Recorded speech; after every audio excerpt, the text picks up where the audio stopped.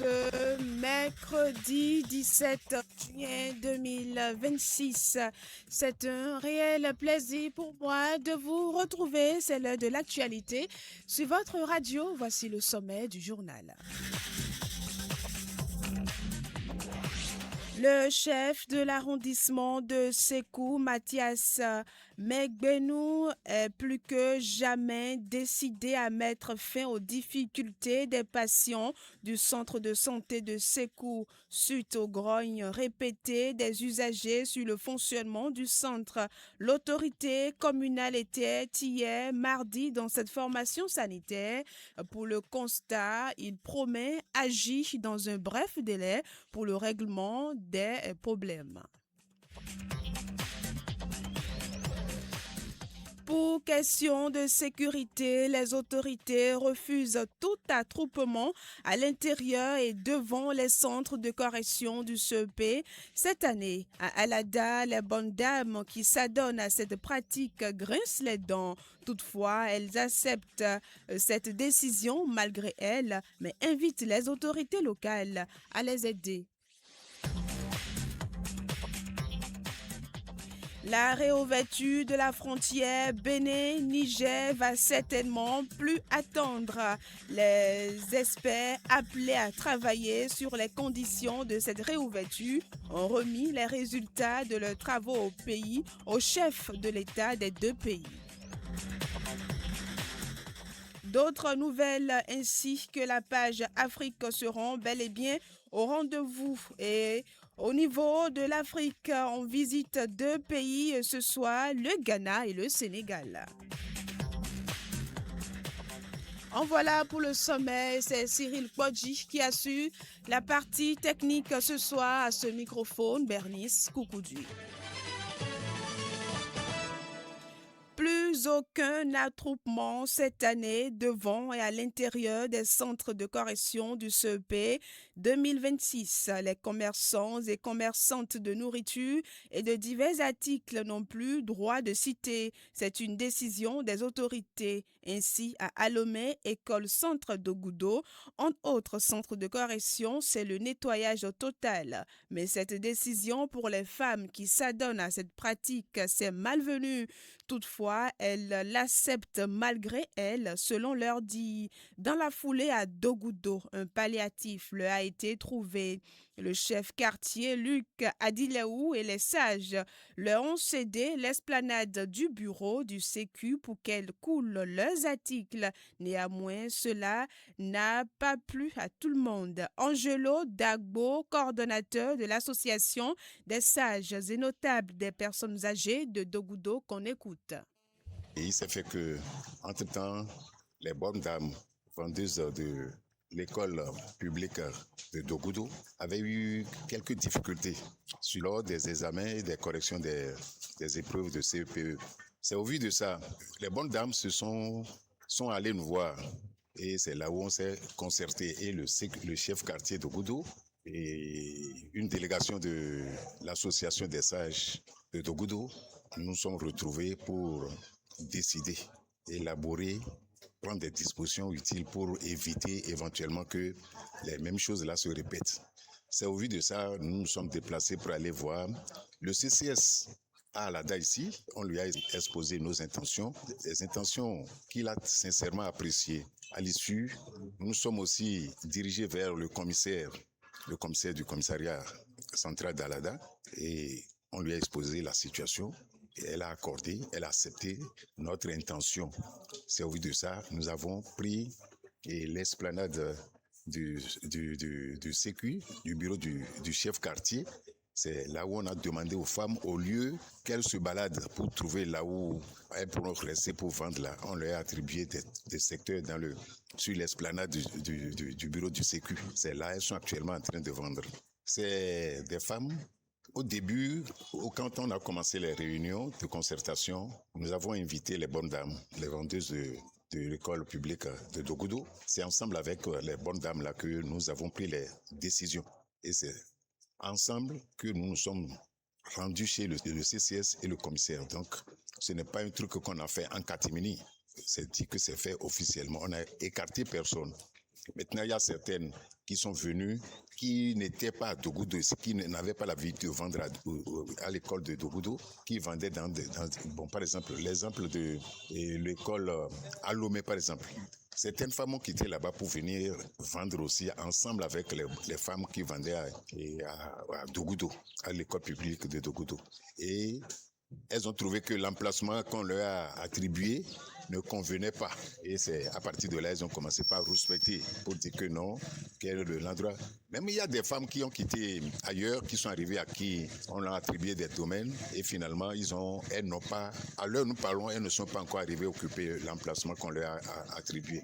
Et malgré tout ça, là, elles passent de couloir en couloir pour raconter de n'importe quoi. Et rien n'a été fait à l'insu des bonnes dames. Voilà. Autre volet de l'actualité, à présent, le chef de l'arrondissement de Sékou, Mathias Mengbeu, est descendu au centre de santé de Sékou. C'était dans la journée du mardi 16 juin 2026.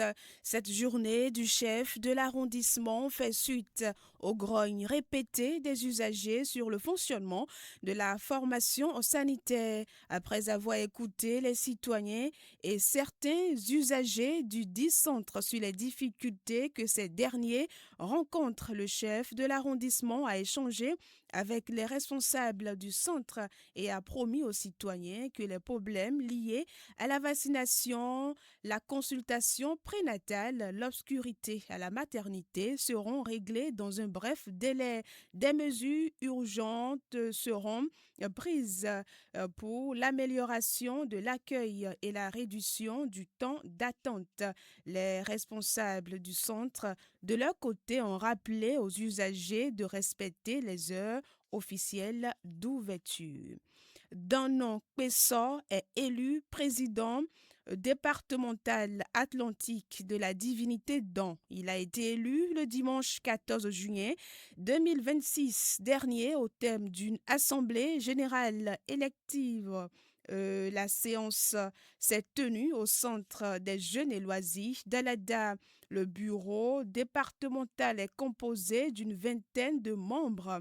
Devant ses pairs, le président départemental Danon Pesso a pris l'engagement de travailler ensemble avec les membres de son bureau pour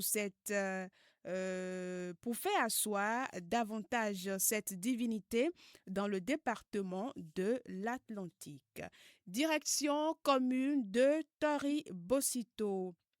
Perspectivation communautaire pour l'enfance Pissouangé a organisé le mardi 16 juin 2026 une séance de formation dans l'arrondissement des Azores et Aliro dans la commune de Toribocito. Cette activité a réuni 20 apprenants, dont 10 garçons et 10 filles, placés sous le thème Camp de motivation des élèves. Cette formation a pour objectif d'encourager les apprenants à persévérer dans leurs études malgré les difficultés qu'ils rencontrent et à ne pas abandonner leur parcours scolaire. C'est Anangonou Bérénice Fifamin, psychologue clinicienne, qui a été l'animatrice.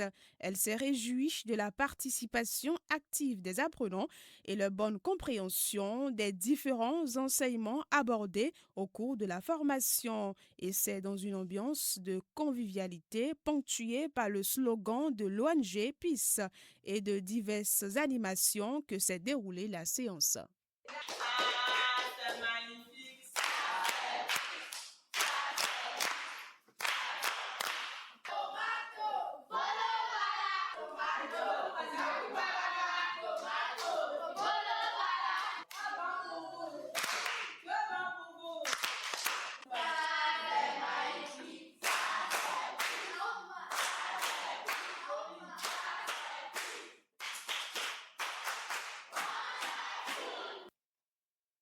Participants qui ont participé, les apprenants qui ont participé à la dite formation se disent très fiers et promettent de faire un bon usage des enseignements reçus. ONGPIS nous a formés sur quelques thèmes des difficultés de la vie. Et chez moi, j'ai le sentiment de la joie. Ça m'a très impressionné par rapport à des conseils donnés. Et j'ai aussi le sentiment de partager à mes amis. ONGPIS nous a invités pour comment peut-on évoluer à l'école. S'il y a des difficultés, peut-on laisser l'école ou d'autres choses, ou peut-on continuer? Moi, j'ai retenu que peut continuer même s'il y a des difficultés. Il faut se donner au travail. ONGPIS nous a invités ici pour certaines notions sur les difficultés de la vie. Mais moi, ça m'a tellement impressionnée. L'ONGPIS nous a appris sur les difficultés de la vie. Et pour pouvoir traverser cette difficulté, il faut tel moyen. Et ils nous ont aussi donné des conseils. Ça m'a donné beaucoup de joie. Et ceux qui ne sont pas venus, je dois aussi leur apprendre pour pratiquer ces conseils.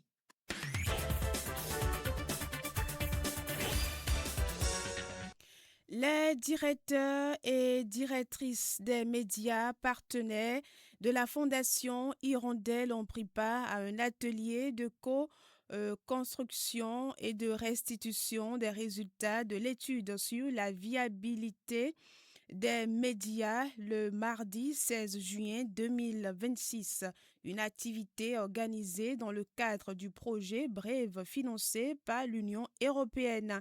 La séance s'est tenue à Cotonou au cours de l'assise après la restitution des résultats de l'étude sur la viabilité des médias. Les différents acteurs conviés ont réfléchi en groupe sur plusieurs questions liées d'une part à la visibilité des médias et d'autre part sur la relation entre médias et annonceurs. À l'issue des réflexions, les consultants qui ont supervisé les travaux s'en réjouissent. Saadou est l'un des experts. La question des données des études d'audience, je crois que tout le monde comprend que c'est quelque chose de très important et c'est le moment de remercier les uns et les autres qui ont participé à ces travaux de groupe et qui permettent de cadrer et d'orienter les exigences qu'il faudrait avoir, qu'il faudrait imposer au cabinet qui va être amené à réaliser cette étude afin que les résultats ne soient pas contestés ou soient le moins contestés possible. Parce que c'est ça qui est le plus important. Si ça ne sert à rien d'injecter des millions sur une étude et que les résultats soient contestés. Donc là, avec les dispositions que nous sommes déjà en train de prendre, les contributions des uns et des autres, les thèmes de référence qui vont ressortir et qui vont permettre de choisir le cabinet pourraient être un peu plus précis. Moi, c'est cette démarche que j'ai beaucoup appréciée au niveau du travail de ce soir. Le représentant national de la Fondation Hirondelle ne cache pas, lui aussi, ses intentions. Il a promis la prise en compte des résultats issus des réflexions. Olympe Dossa. Il y a de très bonnes radios à l'intérieur du Bénin. Les bonnes radios ne sont pas que dans les grandes villes. Je suis sûr que les radios aujourd'hui sont contents d'avoir à leur côté et la Fondation Hirondelle et d'avoir à cet atelier d'une même table les annonceurs, les agences d'une part, mais aussi la DDC, GFA, l'Union européenne et le Luxembourg, l'USEF, qui sont également à nos côtés. Nous sommes tous d'accord que nos radios tirent au tréfonds même d'elles des ressources pour pouvoir continuer à exister, continuer à faire le travail formidable qu'ils font. Et donc, ce n'est pas facile, leur viabilité est véritablement mise à l'épreuve au quotidien. Nous sommes tous d'accord là-dessus. Et donc, nous allons poursuivre donc, cette dynamique-là. Nous sommes en train de nous lancer sur peut-être un terrain qui ne va pas se révéler à 100% tout de suite, mais une chose est claire, nous allons y mettre du sérieux, nous allons identifier un cabinet qui a de l'expérience, nous allons utiliser à bon escient tous les intrants que vous venez de nous donner, de sorte à ce qu'à l'arrivée, même si on ne fait pas l'unanimité, on aura un résultat qui sera le fruit d'un travail sérieux qui porte la marque de tout le monde ici. Les annonceurs présents ont également apprécié la séance. On est dans un écosystème où on réagit beaucoup par intuition, on prend des décisions pas forcément fondées, alors qu'on est dans une ère où les données comptent, la data compte. Donc forcément, être associé à une initiative comme celle-là qui promeut la mise à disposition des données, c'est très enrichissant. Franchement, je ressors de cet atelier confiant à l'avenir et confiant de pouvoir prendre des décisions plus sereinement et basées sur de vrais chiffres. On a besoin de s'entraider mutuellement pour réussir et pour prendre de bonnes décisions. Avant de retrouver les informations africaines, sachez que la réouverture de la frontière Bénin-Niger se précise.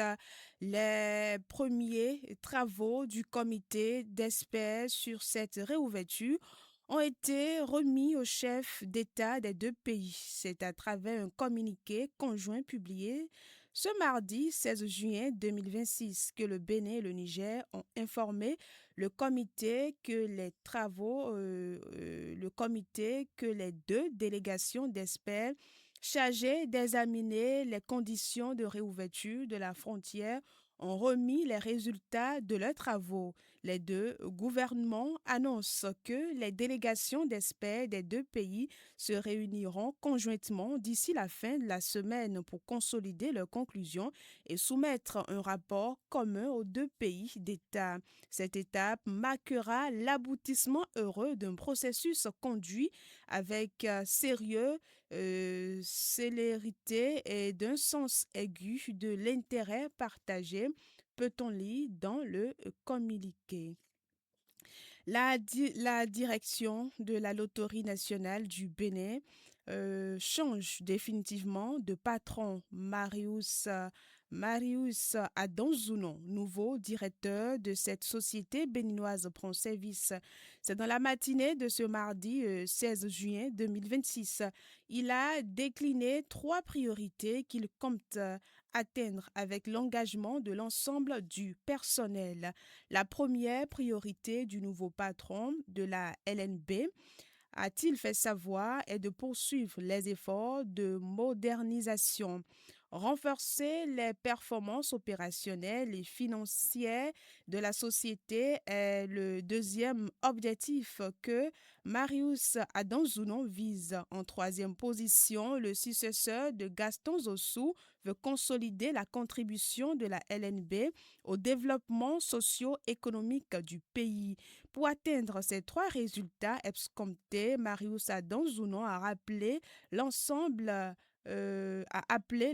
du personnel de la LNB à maintenir la dynamique collective qui fait la force de l'organisation.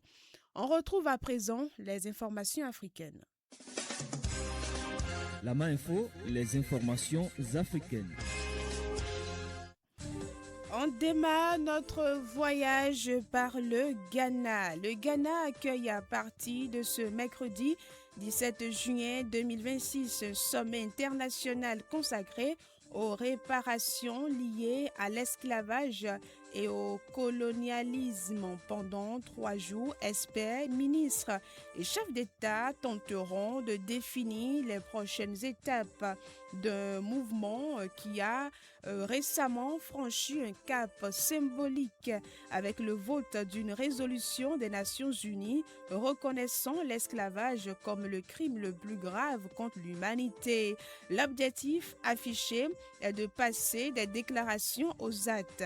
Cette première journée est consacrée à des discussions techniques destinées à définir un langage commun et à préciser les différentes formes que pourraient prendre les réparations. Les discussions portent sur un large éventail de mesures: restitution d'œuvres d'art, investissement, programmes éducatifs, reconnaissance officielle des préjudices subis ou encore des excuses de la part des pays ayant profité de l'esclavage. Sénégal à présent, une opération menée par les services des douanes sénégalaises dans le cadre de la lutte contre la criminalité transnationale organisée le 15 juin 2026 a permis de faire une saisie importante. Les éléments de la douane ont mis la main sur 844 plaquettes de cocaïne soigneusement dissimulées dans un compartiment secret de l'intérieur d'un camion en provenance d'un pays voisin. La valeur de cette cargaison est estimée à plus de 58,2 milliards de francs CFA. Une enquête a été ouverte afin de remonter la filière et d'identifier les commanditaires de ce trafic. Et c'est sur cette information que nous refermons ce journal. Cyril Kodji, partie technique, présentation. Je suis Bernice Koukoudui. Merci de nous avoir suivis.